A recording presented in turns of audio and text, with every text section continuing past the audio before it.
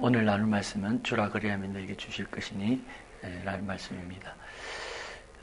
성경 구절을 두 번을 읽겠습니다. 누가복음 6장 38절입니다. 다 같이 읽겠습니다. 주라 그리하면 너에게 주실 것이요 곧 후이되어 누르고 흔들어 넘치도록 하여 너희에게 안겨주리라. 너희의 헤아리는 그 헤아림으로 너희도 헤아림을 도로 받을 것이니라. 한 번 더 읽겠습니다. 주라 그리하면 너희에게 줄 것이니 곧 후이되어 누르고 흔들어 넘치도록 하여 너희에게 안겨주리라. 너희의 헤아리는 그 헤아림으로 도로 받을 것이니라. 아멘. 오늘은 선교 작정주일입니다. 여러분, 우리가 매달 둘째 주는 제가 오늘은 선교 작정주일입니다. 광고를 안 해도 여러분께서 선교 헌금을 따로 해주시면 감사하겠습니다. 그 선교 헌금은 저희 교회에서 지금 세 분의 선교사님들을 많은 양은 아닙니다. 우리가 많은 양이 안 모이니까 어쨌든 모이는 대로 우리가 보내드리고 있습니다. 제 간절한 바람은 더 많이 헌금이 나와서 더 많은 헌금을 더 많은 선교사님들에게 보내면 좋을 것입니다. 제가 기도하는 기도 제목 중에 하나입니다. 근데 어쨌든 여러분이 둘째 주는 마음에 작정을 하시고 선교 헌금을 내어주시면 감사하겠습니다. 선교 헌금을 근데 왜 작정을 오늘 하기를 원하냐면 선교 헌금은 있는 대로 형편껏 되는 대로 마음이 가는 대로 하는 것보다는 규칙적으로 마음에 작정하고 하는 게 좋습니다. 그래서 여러분이 올해 한 해는 매달 얼마를 헌금을 보내면 좋겠다. 그렇게 작정을 하시면 또 우리가 선교사님들에게 우리도 교회에서도 규칙적으로 보내거든요. 모이는 대로 보내고 이렇게 하는 게 아니라 규칙적으로 우리가 보내고 있습니다. 좀 적게 모여도 우리가 맞춰서 보냅니다. 그래서 그래야 선교사님들도 생활을 하고 그 사역을 하는데 계획을 짤 수가 있거든요. 그래서 여러분이 마음에 올해 한 해는 내가 한 달에 얼마 선교헌금을 하겠다. 그렇게 작정을 하시면 좋겠다. 그런 생각이 듭니다. 그래서 오늘 선교 선교 작정에 대해서 설교를 해야 되겠지만은 오늘은 좀 넓은 의미에서 나눔에 대해서 말씀을 나누고자 합니다. 그 나눔은 어떤 사람이 정의를 내렸는데 저는 이 정의가 참 마음에 들더라고요. 그래서 제가 적어봤습니다. 나눔은 한 손으로 주는 것이 쉐어링이라고 하죠. 쉐어링. 한 손으로 주는 것이 아니라 두 손으로 주는 진정성이다. 이렇게 표현을 했어요. 참 의미가 있다. 우리가 준다고 할 때 주는 거는 오늘 예수님께서 주라 그랬거든요. 주라, give. 근데 주는 것을 우리가 자칫 잘못하면 윗사람이 아래 사람에게 주는 것처럼 있는 사람이 없는 사람에게 주는 것처럼 그렇게 이렇게 줄 수가 있어요. 한 손으로. 근데 진정으로 그 나눔에 주는 것이라는 것은 그것은 두 손으로 혹시 받는 사람이 상처받지 않을까? 오히려 더 혹시 내 주는 것이 모자라는 것이 아닐까? 혹시 내가 좀 덜 줘서 미안하다는 마음. 그렇게 상대를 공경하고 참 아끼고 조심하는 마음으로 두 손으로 주는 진정성이다. 그렇게 어떤 분이 정의를 해서 참 좋은 정의다. 그것이 바로 예수님이 나누는 그 나눔에 주는 것의 표현이 아닌가 그런 생각을 했습니다. 그래서 여러분 우리가 나누는 때 그러면 우리가 선교사님들은 선교 지역에 그 어려운 선교 지역에 왜 갔느냐? 그분들은 나눠주기로 위해서 갔습니다.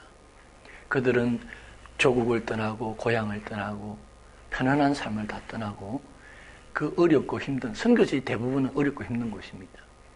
그 어렵고 힘든 곳에 그들이 간 이유는 복음을 나눠주고 또 그들에게 필요한 물질들도 나눠주고 어떤 때는 의료 선교도 나눠주고 여러 가지 필요들을 교육하기도 하고 나눠주기 위해서 선교사님들이 가셨어요.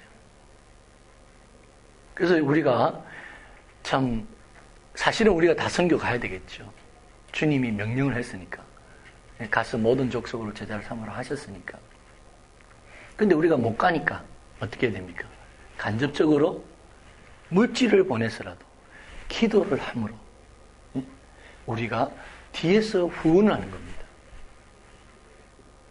그러면 우리가 직접 가서 직접 나눠주지는 못해도 간접적으로 나눠주는 것이 돼요. 그래서 선교의 중요한 모토가 있습니다. 가든지 아니면 보내든지 하라. 이게 선교의 모토입니다. Go or send. 예수님의 그 선교의 마지막 지상 명령이잖아요. 그것을 지키기 위해서는 우리가 가든지 아니 못 가면 우리가 보내야 돼요. 기도로 보내든지 물질로 보내든지 이 사명을 예수님의 명령에 지상 명령에 순종을 해야 되는 겁니다. 그래서 우리가 이제 기도하고 후원금을 보내는 겁니다. 그러면 여러분이 직접 나눈 것과 주님이 같이 보신다. 그렇죠? 어쨌든 여러분 나누는 것입니다. 선교는 그래서 오늘 나눔에 대해서 여러분에게 나누어주는 것에 대해서 말씀을 나누기로 원합니다. 왜 우리가 나누어줘야 되는가? 우리가 나눠줄 때에 하나님께로부터 우리가 복을 받기 때문입니다. 오늘 누가복음 6장 38절은 예수님께서 하신 말씀입니다. 주라. 그러면 너희에게 줄 것이니 곧 후이되어 누르고 흔들어서 너희에게 안겨주리라. 그냥 되돌려 주시는 것이 아니라 우리가 주면 하나님께서 흔들어 누르고 꽉꽉 채워서 넘치게 그렇게 대갚아 주신다. 그러니까 정말 복을 받는 방법은 나누는 길이다. 예수님의 가르침이에요. 예수님이 가르치신 길이에요. 복 받는 길이에요. 예수님께서는 우리의 이타심을 우리에게 주시기 위해서 우리 이기적인 마음을 이용하셔서 우리에게 가르쳐주고 계십니다. 예수님께서 이렇게 말하면 얼마나 멋지겠습니까? 너희들은 아무것도 기대하지 말고 순수하게 나누라. 이렇게 말하면 너무 멋질 것 같은데 예수님다운 가르침 같은데 예수님 그렇게 가르치지 않으셨어요. 예수님은 너희가 나누면 너희가 복 받는다.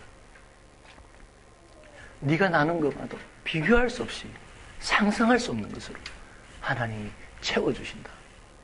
그렇게 말씀했어요. 왜 예수님이 이렇게 말씀했을까요? 우리의 죄성을 알고 있거든요. 우리의 이기적인 본성을 알고 있어요. 우리 인간은 본성적으로 이기적이라는 것을 알고 있어요. 저는 그분을 잘 모르는데 리차드 이름이 갑자기 도킨스인가? 그 원래 무신론 생물학자입니다. 그리고 진화론을 믿는 사람인데 하나님 안 믿는 사람이죠. 근데 이 사람이 아주 유명해요. 너무 유명해서 제가 인용을 해봅니다. 학자들 사이에 유명합니다. 이 도킨스라는 분이 인간은 이기적 유전자를 타고났다. 인간뿐만 아니라 모든 이 유전자는 이기적 유전자다. 이기적 본성을 가지고 있다. 그렇게 주장을 했습니다. 그리고 그럼 이타성이 있는 걸 어떻게 설명하느냐? 동물들도 이타성을 보이고 인간도 또 이타성을 보이거든요. 그죠? 그 어떻게 이 사람이 설명을 나중에 못하니까 설명한 게 미임이라는 것이 지인이 유전자잖아요. 그러니까 미임이라는 게 있어가지고 그 이기성을 극복하게 됐다. 인간이 그렇게 주장을 합니다. 근데 반은 맞고 반은 틀린 말이라고 생각합니다. 인간은 이기적인 존재입니다. 그 말은 맞습니다. 저도 동의를 합니다. 근데 무엇이 틀리냐면은 그분은 유전자 자체가 아예 존재 자체가 이기적이다 이렇게 표현했대. 성경은 말하기를 하나님이 만들 때 우리 인간은 원래 이기적인 건 아니었어요. 죄로 타락했어. 전적으로 인간이 타락해버렸기 때문에 이기적으로 변해버린 거죠. 네. 어쨌든 여러분, 우리 인간은 이기적인 존재입니다. 그래서 예수님이 잘 아시거든요. 예. 순수하게 다 나누라 이렇게 하면 안 나눠요, 사람은. 또 실제로 순수하게 그렇게 나눈 사람이 없어요. 예수님께서는 우리가 죄인인 걸 잘 아시죠. 또 하나 예를 들어 봅시다. 여러분 잘 아는 가늠한 여인. 예? 가늠한 여인을 사람들이 끌고 와가지고 이 가늠한 여인은, 부정한 여인은 돌로 치야 된다. 그렇게 할 때 예수님께서 뭐라고 했습니까? 죽여야 된다 이렇게 할 때 예수님께서 너희 중에 죄 없는 자가 먼저 돌을 들어서 치라 그랬죠. 그러니까 사람들이 자기를 돌아보니까 다 가늠했거든. 비록 경찰서에 들어가진 않고 사람들의 발각을 내지 않았어도 다 가늠한 마음이 있고 다 음란했거든요. 그러니까 그 돌을 놓고 땅에 놓고 다 돌아갔더라. 성경에 기록되어 있잖아요. 예수님 그 말씀이 무슨 말씀입니까? 너희 중에 죄 없는 자가 돌을 치라. 그 말이 무슨 말입니까? 너희들은 다 누구라고요? 죄인이라는 거예요. 너희들은 다 가늠하고 있다는 거예요. 내가 다 안다. 예수님 그렇게 표현해요. 예수님이 제가 죄인인 걸 알고 계세요. 여러분 죄인인 걸 알고 계세요. 우리가 이타적이지 않고 이기적이라는 걸 알고 계세요. 우리가 그걸 인정해야 돼요. 근데 종종 보면 우리가 외식을 할 때가 있어요. 외식을. 아주 순수하게 나는 희생을 합니다. 나는 헌신을 합니다. 예, 그렇게 표현할 때가 있습니다. 예, 우리 예수 믿는 사람들이 이런 거 조심하셔야 돼요. 예수 안 믿는 사람들이 참 힘들어하는 것 중에 하나가 뭐냐면, 예수 믿는 사람들이 힘들어하는 게 뭐냐면 말은 너무 순수해요. 막 절대 헌신, 순수한 사랑 이렇게 말하는 것 같은데 가만히 보니까 이기적이거든. 다 계산하고 있거든요. 차라리 순수 안 하든지, 나는 이기적이라고 말을 하든지, 나는 철저히 계산하고 살아간다 말을 하든지. 근데 순수하다 하면서 살아가는 모습 보면 철저히 계산적이에요. 저도 목사로서 설교할 때 그런 우를 범할 때가 많을 것 같습니다. 나도 모르게. 예? 아주 순수한 말을 설교 시간에 많이 할 수 있잖아요. 근데 저도 저 자신을 돌아보면 이기적이거든요. 계산하거든요. 예.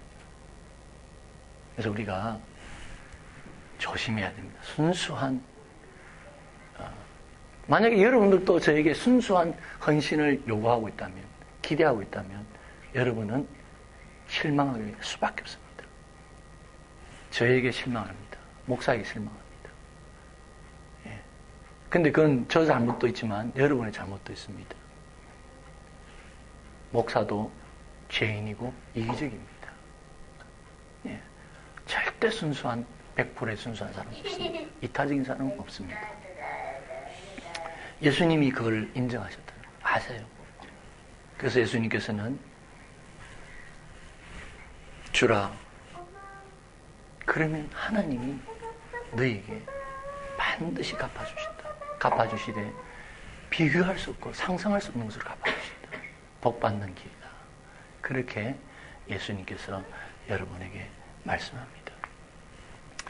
그래서 여러분, 우리는 여러분이 정말 복 받기를 원하십니까? 복 안 받기를 원하는 사람 아무도 없습니다. 그러면 복 받는 길을 바로 기억하세요. 바로 하세요. 예수님이 가르쳐주신 길입니다. 그건 나누는 겁니다. 여러분이 부자 되기를 원하세요? 부자 되세요. 인사죠. 부자 되기 원합니까? 그러면 여러분이 물질을 나누세요. 부자 되기 원하면 나누세요. 이 세상에 부자 되기 원하는 길이 많이 있습니다. 비즈니스 학과도 있고요. 예, 대학도 있습니다. 돈 버는 학과도 있고. 좋습니다. 맞습니다. 그러나 예수님의 방법은 나누는 길입니다. 여러분이 부자 되기를 원하시면 더 물질적으로 부유하기 원하시면 나누세요. 예수님의 길입니다.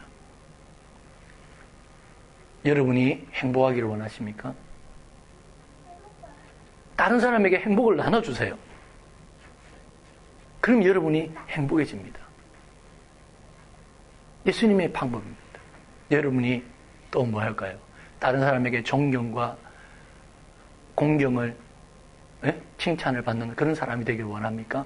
높임을 받는 사람이 되길 원합니까? 다른 사람을 높이십시오. 다른 사람을 존경하십시오. 그러면 여러분이 높아집니다. 또 뭐 할까요? 여러분이 건강하기를 원하십니까? 그러면 다른 사람의 건강을 위해서 노력하십시오. 그러면 여러분이 건강하실 것입니다. 제가 수없이 예를 들 수 있습니다. 얼마든지. 어쨌든 예수님이 가르치는 여러분이 부유해지는 그 길은 나누는 길이다. 자, 손으로 한번 해봅시다. 손으로. 여러분의 끝을 꽁꽁 옮겨지고 있으면 하나님이 여러분이 주려고 해도 줄 수가 없어요. 여러분 받을 손이 없어요. 여러분이 하나님으로부터 오는 복을 받기 위해서는 여러분의 것을 나누어야 돼요. 그때 하나님이 주시는 복을 여러분이 받을 수가 있는 거죠. 그래서 나누시기를 바랍니다. 제가 전에 버스 안에서 어떤 할아버지를 한국에서 대화를 하는데, 이 할아버지께서 얼마나 주식 투자에 대해서 자부심을 가진지 제가 한참 들었어요. 주식 투자가 내가 어떻게 주식 투자하고 있고 얼마를 하고 있고 지금 얼마나 재미가 있고 얼마나 벌었고, 나는 하루 종일 현황판이 있대요. 주식 오르고 내리고 그거 보면서 하루 종일 재미가 있다는 거예요. 막 열변을 토하시더라고요. 예. 그렇게 재밌는구나, 주식 투자가. 여러분, 하나님에게 투자하시기 바랍니다. 주식 투자도 좋습니다. 예. 주식 투자도 좋지만은, 여러분, 이 말씀은 오늘, 네가 하나님께 한번 투자해봐라. 하나님이 꼭 갚아주겠다는 거예요. 주식 투자 중에는요, 망하는 분들도 있더라고요. 예. 그런데 하나님에게 투자하는 것은요, 은행에 저축하는 것보다 더 안전하고 주식 투자하는 것보다 더 배당금이 많습니다. 예. 비교할 수 없이 많습니다. 사람들은 하나님이 안 보이기 때문에 세상에 투자를 합니다. 그러나 우리는 하나님을 믿습니다. 하나님이 눈에 보이지 않지만 살아계신 걸 믿습니다. 그분이 말씀하신 걸 믿습니다. 그렇기 때문에 우리는 하나님께 투자하는 것이죠. 하나님께 투자해 보시기 바랍니다. 예수님 말씀 믿고 펀드 매니저 말 믿고 투자하지 마시고 예수님 말씀 믿고 한번 투자해 보시기 바랍니다. 예. 한 가지 더 나누겠습니다. 그럼 누구에게 나눠줘야 하느냐? 여러분, 갚을 길이 없는 가난한 이웃에게 나눠야 됩니다. 오늘 말씀해 보니까 6장 38절에 주라 그리하면 너에게 주실 것이니 곧 후이되어 누르 흔들어 넘치도록 하여 너에게 안기게 주리라. 예. 이 말은 하나님께 투자하라. 어려운 이웃에게 나누면 하나님이 갚아주겠다. 그런 말씀입니다. 근데 거기서 이 말씀에서 어디 가난한 사람에게 나눠주라 말이 있느냐? 예. 유추하는 겁니다. 여기에 네가 나눠주면 누가 갚아주신다고요? 이 하나님께 드리는 거 아니에요, 여러분. 하나님께 주라 이렇게 표현 안 합니다. 성경은 하나님께 드리라 이러지 하나님께 주라 이렇게 안 하거든요. 이 하나님께 주는 거 아니에요. 근데 우리가 이웃에게 나누면 누가 갚아주신다고요? 하나님이 갚아주시는 거예요. 자, 여기에서 유추하는 겁니다. 우리가 줘야 할 대상은 대갚아주지 못하는 하나님만이 갚아줄 수 있는 그런 가난한 이웃에게 주라고 하시는가 보다. 그렇게 유추하는 겁니다. 근데 여러분, 이 사실이 굉장히 중요합니다. 뭐 가난한 이웃에게 나눠주라, 당연한 거 아니냐? 여러분, 이 사실 굉장히 중요합니다. 왜 중요하냐? 사람들은요, 줄 때에 유력한 사람, 있는 사람에게 주려고 합니다. 그게 인간의 본성이에요. 그래서 여러분, 홍보 캠페인을 안 해도 부자들, 유력한 사람, 권력 있는 사람, 그 사람은 명절만 되면요, 꽉꽉 찹니다. 집에 선물이 꽉꽉 찹니다. 돈이 들어오고, 물건이 들어오고, 뭔가 것이 들어옵니다. 주라 안 해도 사람들은 줍니다. 나누라 안 해도 있는 사람에게 나누기를 원합니다. 예? 어떻게 더 나눌까 고민합니다. 이게 굉장히 중요한 문제예요, 여러분. 예수님께서 한 번은 잔치에 초대를 받아간 적이 있어요. 근데 초대 받아가니까 이 유력한 사람 초대했거든요. 예수님도 유력하시니까 초대한 것 같아요. 초대했는데 그 잔치상에 딱 둘러앉은 사람을 예수님이 딱 둘러봤어요. 전부 다 유력한 사람들이에요. 그리고 서로 먼저 높은 자리에 앉으려고 막 경쟁하고 있는 거예요. 그래서 예수님이 어디에 초대받으면 낮은 자리에 올라 앉아라. 그렇게 예수님 말씀하셨죠.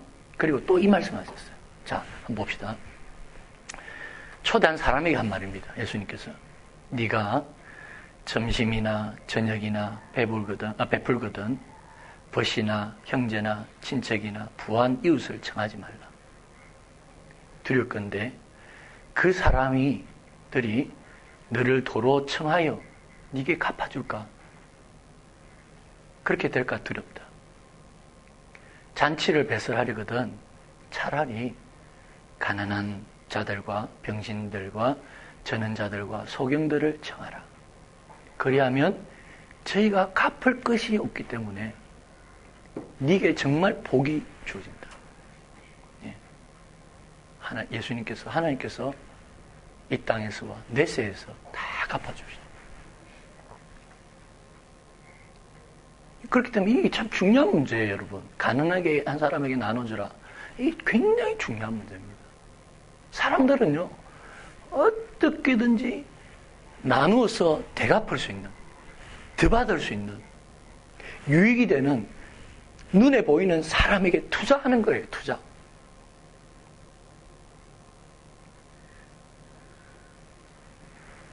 그래서 예수님께서는 너에게 갚을 길이 없는, 정말 능력 없는 가난한 사람들에게 주라. 그렇게 말씀하는 겁니다. 여러분, 하나님께 투자를 하지 않고 사람들은 사람에게 투자합니다. 있는 사람, 능력 있는 사람, 부한 사람. 여러분도 자칫하면 그렇게 될 수 있습니다. 좀 뭔가 줄 것이 있다. 그러면 누구부터 딱 생각나느냐? 있는 사람 생각나는 거예요. 없는 사람 생각나는 게 아니라 사람에게 투자하는 거죠. 하나님께 투자하는 게 아니에요. 그러나 정말 가난한 사람에게 투자하는 것은 하나님께 투자하는 거예요. 예. 우리가 선교사님들을 통해서 또 선교사님들에게 참 궁금하는 거는 그거는 정말 가난한 사람들에게 투자하는 것이죠. 근데 한 가지만 더 지적하고 넘어갈 것은 하나님께 투자하라 이렇게 하니까 또 오해를 하는 게 뭐냐면 하나님께 드리는 거나 하나님께 드리는 거하고 이웃에 나누는 거하고 헷갈리는 거예요. 예. 헌금을 드리는 거. 예. 여러분, 하나님께 투자하라니까 하나님께 드리는 것만 자꾸 생각해요. 여러분, 하나님 돈이 없으신 분입니까? 하나님 여러분을 도와드려야 되시는 분입니까? 아닙니다. 하나님은 이 천지 만물을 가지신 분이에요. 이 천지 만물의 주인이세요. 하나님께는 뭐 필요한 게 없으세요. 예? 우리가 드려야 되고 뭐 우리가 투자에 드려야 되는 그런 분이 아니세요, 여러분. 착각하면 안 돼요. 마치 우리가 뭐 헌금을 하면서 하나님께 도와드리는 것처럼 그렇게 생각하면 안 됩니다. 제가 그래서 헌금에 대해서 잠시 말씀드리겠습니다. 여러분, 헌금은 하나님이 필요해서 드리라 그런 게 아니에요. 예. 왜 11조를 드리고 감사헌금을 드리고 성경금을 드리고 헌금을 드리느냐? 자, 여러분, 헌금의 제일 중요한 헌금은 11조입니다, 사실은. 그럼 11조 왜 하나님께서 구약에 드리라 했느냐? 그걸 한번 봅시다. 11조를 하나님이 헌금을 드리라 할 때 두 가지 목적이 있었습니다. 11조를 예를 제가 들어볼게요. 하나님이 필요한 게 부족하신 분이 없으신데 왜 11조를 드리라, 헌금을 드리라 했느냐? 11조 용도를 보면 알 수 있습니다. 첫째는 성전에서 일하는 사람들을 위해서 11조를 드리라고 했습니다. 그래서 11조를 드리면 그 당시에 유대인들의 그 성전에서 일하시는 분들이 누구냐면 레위인들, 제사를 드리는 제사장, 이분들은 성전에서 일하는 사람들입니다. 근데 그분들은 왜 드려야 했느냐? 왜 그분들에게 11조를 하나님께서 서게 하셨느냐? 그분들에게서는 분깃을 주지 않았어요. 다른 지파들에게는 11지파에게는 다 땅을 나눠줬습니다. 이스라엘 땅을 딱 나눠줬어요. 그래서 너희들이 이걸 먹고 살아라 그렇게 했어요. 그런데 제사장과 레위인들은 땅을 하나도 안 주셨어요. 그럼 너희는 뭘 먹고 사느냐? 그 백성들이 드리는 11조 헌금을 먹고 살아라. 그렇게 하신 거예요. 그래서 이 백성들이 11조를 드리지 않으면 이 제사장들과 레위인들은 살아갈 수 없는 거예요. 예? 그래서 너희가 재물을 그렇게 너희가 헌금을 드린 것은 그렇게 사용하라. 첫 번째로 그렇게 했어요. 근데 이것을 꼭 오늘날 적용할 필요 없습니다. 오늘날 그럼 옛날에 제사장이고 레위인이 목사니까 목사 물론 맞습니다. 예, 교회 사역자들이 여러분 교회 사역자들 어떻게 살아가냐면 사실은 헌금 여러분들이 헌금 드린 것 그것으로 살아가죠. 근데 신약 성경에는 꼭 신약 시대에는 꼭 그럴 필요가 없는 겁니다. 제가 이 부분을 좀 말씀드리겠습니다. 여러분 어떤 분들 중에는 저도 사실 지금은 일을 하고 있습니다. 한국에서는 일 안 했죠. 한국에서는 목사가 뭐 일 안 해도 교회들이 다 크니까. 예.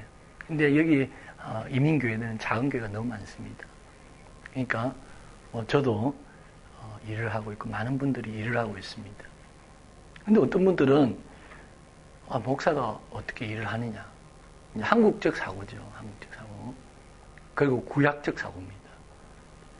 목사가 일하는 것에 대해서 부정적으로 말하는 분들이 있습니다. 보는 분들이 있습니다. 그리고 어떤 분들은 설교도 그렇게 하는 걸 제가 들은 적도 있습니다. 목사가 믿음이 없어서 하나님께 의지하지 않고 어떻게 일을 하느냐.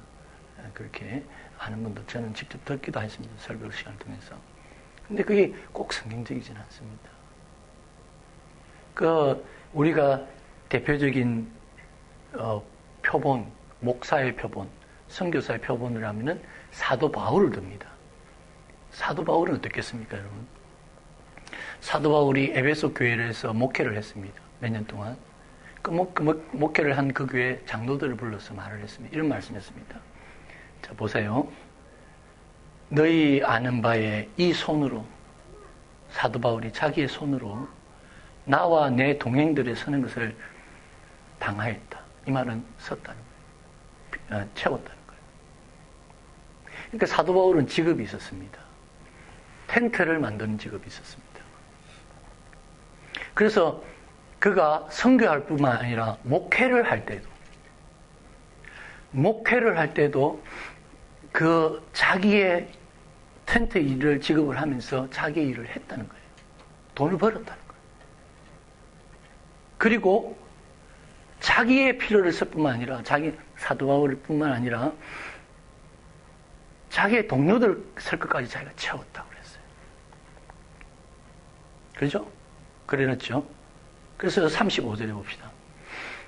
범사에 너희에게 모범을 보였다는 거예요. 목회자의 모범을 그렇게 보였다는 거예요. 이같이 수고하여 약한 사람을 도왔다고 그랬어요. 그러니까 자신이 목회자로서, 목사로서도 일을 하면서 돈을 벌어서 자기의 쓸 것과 동료의 쓸 것뿐만 아니라 가난한 사람들의 쓸 것까지도 썼다는 거예요. 그리고 말씀했습니다. 주 예수께서 친히 말씀하신 바 주는 것이 받는 것보다 복이 있다는 말씀을 친히 모범을 보였다는 겁니다. 주기 위해서, 주는 삶을 살기 위해서 사도 바울은 목회자로서, 목회하면서 그는 일을 했다고 했습니다. 실제로 학자들에 의하면 초대교회 때는 목사가 풀타임 사역자가 아니었습니다. 그게 중세에 들어오면서 또 현대에 들어오면서 교회가 커지면서 풀타임 사역자가 된 겁니다. 목회자가. 원래 목사는 풀타임 사역자가 아닙니다. 직업이 아닙니다. 그렇게 교회 학자들이, 역사학자들이 말하는 겁니다. 물론 제가 목사가 꼭 교회에서 사례를 받지 말아야 된다는 건 주장하는 게 아닙니다. 저는 절대 그걸 찬성하지 않습니다. 교회가 크면 일이 얼마나 많은지 몰라요. 큰 교회 목사님들 엄청 힘듭니다. 그분들 너무너무 바쁩니다. 세상에 일할 시간이 없습니다. 그래서 풀타임 사역자로서 교회에서 사례를 주는 건 저는 대찬성입니다. 제가 말씀드리는 것은 목사가 세상에 일을 하는 것이 성경적이 아니다. 이렇게 표현하는 것은 옳지 않다는 겁니다. 상황에 따라서 하면 되는 겁니다. 사도 바울은 선교하면서도 봅시다. 자, 오늘 이 부분 좀 길게 설명해서 자, 봅시다. 선교사로서 사도 바울도 그렇게 말했습니다. 누구에게든지 양식을 값없이 먹지 않고 오직 수고하여 애써 주야로 일하면, 사도 바울은 주야로 일을 했다고 했어요. 너희에게 아무도 누를 끼치지 않기 위해서입니다. 우리에게 권리가 없는 것이 아니다고 했어요. 권리가 있다 했어요. 사례를 받을 권리가 있다 했어요. 그거 잘못된 거 아니다라고 했어요. 예. 그걸 지적한 거 아니에요, 사도 바울이. 그러나 오직 너희에게 본을 보여서 나를 본받게 하려고 하는 거예요. 선교사로서, 목사로서 본받게 하기 위해서 내가 주야로 일을 했다. 그렇게 표현을 하고 있는 겁니다. 그래서 여러분,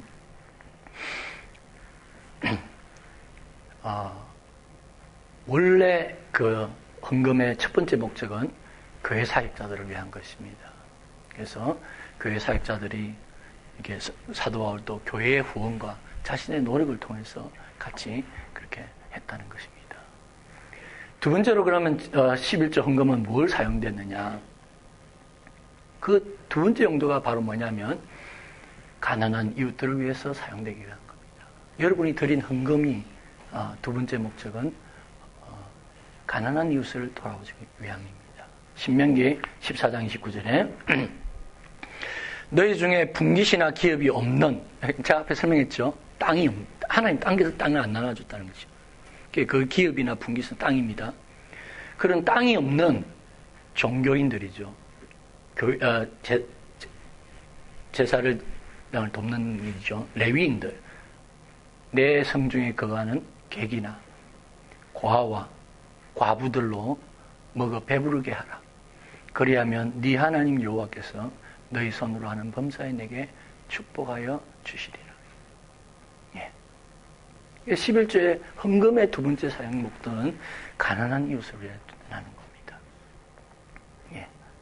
그래서 여러분, 우리가 드릴 때, 우리가 성경금 드리면 그것은 간접적으로나 그 지역에 고통받는 사람들에게 도와주는 거죠. 예. 저는 개인적으로 기도하면서 하나님, 교회가 헌금을 사용하는 두 번째 목적은 불우한 이웃을 위해서 돕는 거라는데요. 우리 주위에 불우한 이웃이 누굴까요? 물론 외국인들 빼고 한국 사람들, 내 주위에 한국 사람들 불우하고 가난한 사람 누굴까요? 고민을 해본 적이 있습니다. 근데 교민들 중에 그런 분은 뭐 특별히 그런 분 없더라고요. 뭐 밥을 못 먹는다든지 뭐 너무 물질 때문에 어려움을 당하는 분들이 생각이 안 나요. 이 샬롯스빌의 교민들은. 그 유학생을 생각해 봤어요. 유부에 유학 오는 분들.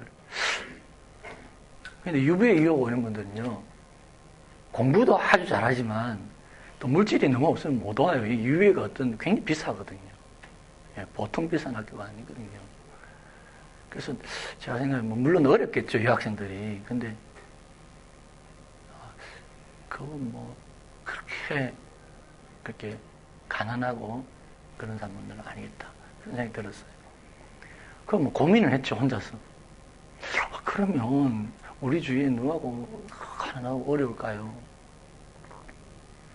고민하는데 제게 머리에 떠오르는 사람들이 있었어요. 그분들이 누구냐 하면 제 생각인데 잘못된 생각인지도 모르겠어요. 린치버그에 계시는 목사님들이에요. 린치버그에 유학 온 목사님들은 부자라서 유학 온 게 아니거든요. 저도 린치버그에 유학을 와가지고요, 정말 고생했습니다. 한 달 끼니 걱정하고요. 정말 한 달 어떻게 살까를 고민을 너무 많이 했습니다. 정말 제가 평생을 살면서 그렇게 어려운 적은 없었습니다. 정말 다음 달 달세를 어떻게 낼까? 어떻게 먹고 살까? 늘 그 고민이었어요. 피를 마르는 어느 목사님 유학생이 유학을 갔다가 제가 한국에서 들었는데 차 기름을 못 넣어가지고 유학 되돌아왔다더라고요. 그래서 내가 무슨 차 기름 못 넣어서 유학을 되돌아와. 진짜 차 기름 가스스테이션 가 기름 넣을 때마다 가슴이 떨리는 거예요. 이거 안 넣을 수도 없고, 그렇다 또 전기세차는 고정비도 아니고 가스스테이션 갈 때마다 이게 완전히 참 마음이 엄청 힘든 거예요. 제가 그렇게 린치버그에서 유학생을 했거든요. 그래서 가난한 이웃이 누굴까 고민하다가 우리 린치버그의 목사님들이 힘들겠다 그런 생각이 들었어요. 그래서 하나님께 기도했어요. 하나님, 첫째는 우리 선교사님들, 우리 교회가 성장하면 선교사님들 더 많이 높게 해주시고, 두 번째로 저 린치버그에 계시는 목사님들 어떻게든 좀 더 도와줬으면 좋겠습니다. 좀 물론 사역도 할 수 있으면 더 좋겠고요. 어쨌든 조금이라도 우리 린치버그에 있는 목사님들에게 도와주는 그런 교회가 됐으면 좋겠다. 그런 기도를 제가 한 적이 있습니다. 그건 제 경험이고요. 어쨌든 여러분, 이제 말씀을 정리하겠습니다. 오늘 주님께서는 주라 그리하면 너희에게 줄 것이니 곧 후이되어 누르고 흔들어 넘치도록 하여 너희에게 안겨주리라. 나누어 주는 것이 하나님께로 복을 받는 최선의 길, 예수님의 길입니다. 확실한 길입니다. 나누어 주되 되갚을 것이 없는, 정말 능력이 없는, 유력하지 않는 그 사람들에게 나눠주라고 하고 있습니다. 여러분은 얼마나 나눠주는 삶을 살아가고 있습니까? 한번 돌아보시는 복된 성도님 되시기를 축복합니다. 우리 다 같이 한번 잠시 기도하겠습니다. 여러 가지 나누지만 한 가지만 가지고